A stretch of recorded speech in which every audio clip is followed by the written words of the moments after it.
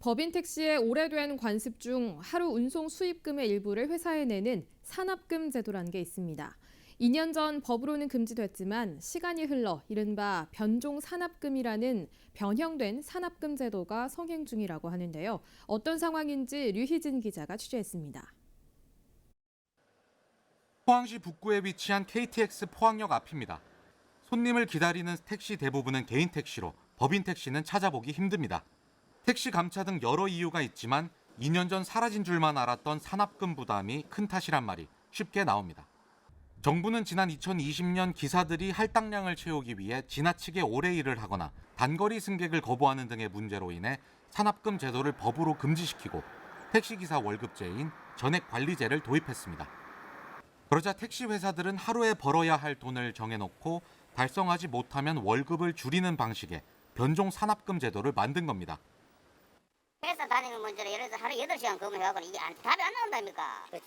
8시간 근무해라. 그 꼬빼기 16시간을 근무해야 돼요. 그거 마시려면.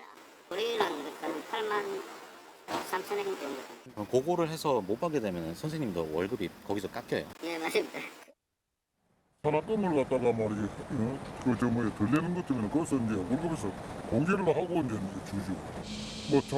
몸이 피곤하다든지 그러면 쉰다 아닙니까? 쉬는 것 때문에 그런 것 때문에 말이지. 회사에서는 차를 갖다가 그냥 놀리니까.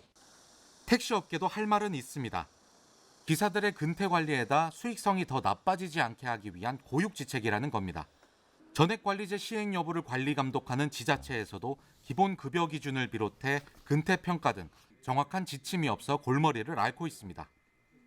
그분이 얼마를 벌어오든 간에 정해진 월급을 줘야 되지만, 근데 그런 부분 때문에 이건 이제 불성실 근로자에 대해서는 어떤 방법이 없으니까, 그렇다고 해서 이제 월급을 깎아버리면 산업금 받는 제도랑 똑같아지니까. 전액관리제가 유명무실하다는 지적 속에 요금 현실화 같은 택시업계 수익성 개선과 근로 형태 유연화 등 보다 실태에 맞는 대책을 고민해야 한다는 목소리도 커지고 있습니다. HCN 뉴스 류희진입니다.